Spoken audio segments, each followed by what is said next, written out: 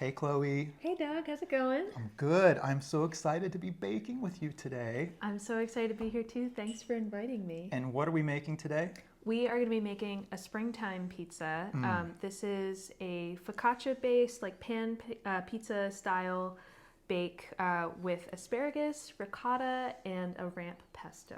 I am so excited. I have never had ramp anything, not that I know of. Oh, it's so delicious. And it's really special this time of year, as well as the fresh asparagus. Yeah, it's just going to all come together so beautifully. I'm really excited for you to try it and make it with me. All right, let's go bake. Let's do it. All right. Can you put me to work? Absolutely. Okay. So the first thing I'm going to have you do, Doug, is we're going to actually dimple our pizza crust here. As you can see, it's got a lot of really nice, nice and bubbly, full of air. That's going to be so nice to sink our teeth into. But what's going to really help distribute the air through this so that we don't just get one big domed bread when we bake it, is to dimple it out with our fingers. I've seen this with focaccia. Yes, like you do this exactly. with focaccia. If your dough is a little bit sticky, you can always wet your fingers, and that'll help prevent the dough from sticking too. Okay. Okay, so we wet our fingers, and we're just gonna sink our fingers in and give it some nice dimples. A massage.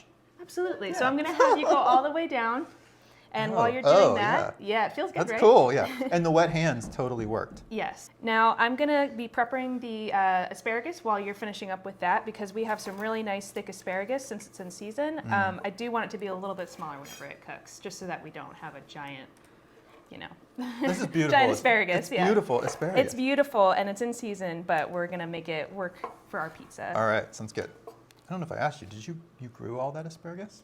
Yes. That's This beautiful. was the first year that we had asparagus growing in the garden. I had to wait 3 years for it, but it was well worth it. Purple, does it stay purple? It doesn't. So whenever we bake it, it will come. Beautiful. I know. I wish it did stay purple, but at least we get to enjoy it while we're making the pizza.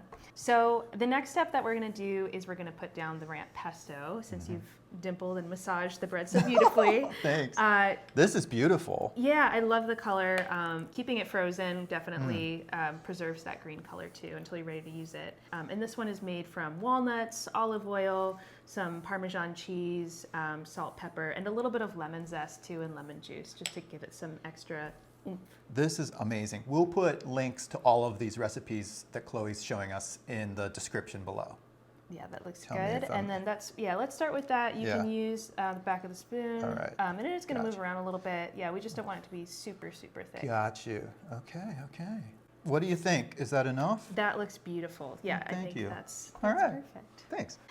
So I'm just going to drizzle a little bit of olive oil on here. I didn't want to super saturate the pizza crust with olive oil since we already have the pesto, but this will just help the asparagus get nice and crispy. So I'm just going to use my hands We've to had mix clean it around. hands all day. Why We've not? got clean hands. Yeah. Might as well use them. And this way I just know that I'm really coating them well.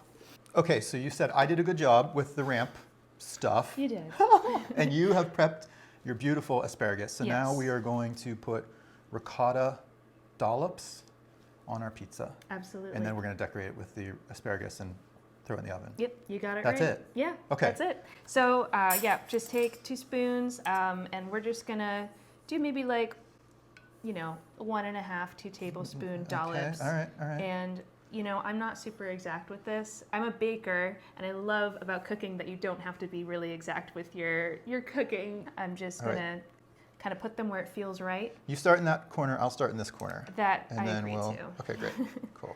So we're not using all of this. No, Okay. we're not gonna use all of Okay. this. We have a second pizza maybe we'll do. Maybe we'll do another one. Yeah, that's perfect. You might as well do 2 pizzas if you're already going through the trouble of making one. Yeah. Well, and leftover pizza is good for any time. It is. Breakfast for me. Absolutely. Yeah. Throw an egg on there. Oh my gosh. Breakfast pizza. I've had breakfast. I've made a breakfast pizza. Another video, so you should check that out too. There you go.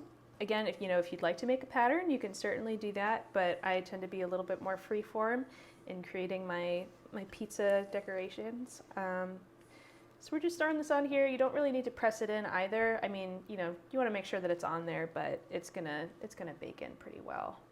This looks like art. I'm very happy with our creation. I think it's going to come out beautifully. Beautiful. Anything else? Yes. I do want to add just a little bit more salt and pepper. You do salt, because I'll do some pepper, because I can see it. So I'll let you do that. Yep, and just till you can see it. Looks awesome. If you left me alone, I'd probably do red pepper flakes. Oh, that's a good one. See, when I make stuff for Crustworthy, I always want to make my stuff spicy, but I know that not everyone loves spice. So. True. Whoop, there we go.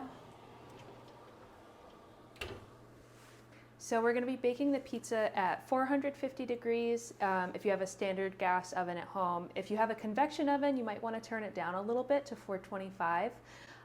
And we'll be baking either way for around 20 minutes. We're going to rotate our pans halfway through just to check them and also to give it a more even bake. What we're looking for is a nice browning on the edges. We want our vegetables to be nice and roasted and the cheese to be kind of melted in there too. Love it. Yeah. Look amazing. Oh, it looks beautiful. Ooh, there we go. Don't want to lose it now. Oh my gosh, Chloe. It looks so good. It looks so good. We even got a little bit of that purple this day. I know, we did. Beautiful. Very excited. So now it's had a chance to cool down a little bit. It's not like bubbling hot Right. anymore. So I like to use a really good bread knife. And it's not too hot to touch, so I'm just going to use that to kind of stabilize myself. Oh my gosh. Oh, it cuts so easily. Yeah, the ricotta is like nice and firmed up and a little bit brown. And I love the crispiness on the asparagus. Oh my gosh, it's so pillowy. Yum. Oh my gosh. Cheers. Cheers. Oh.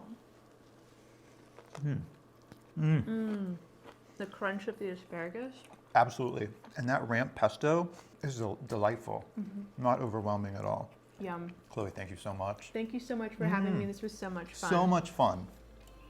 Thank you. Quiet at the moment.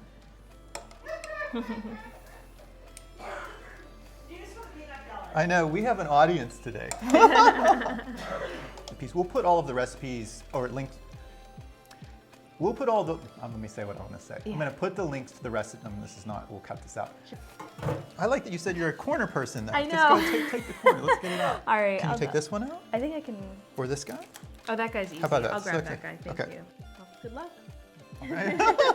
Good luck making it at home. All right.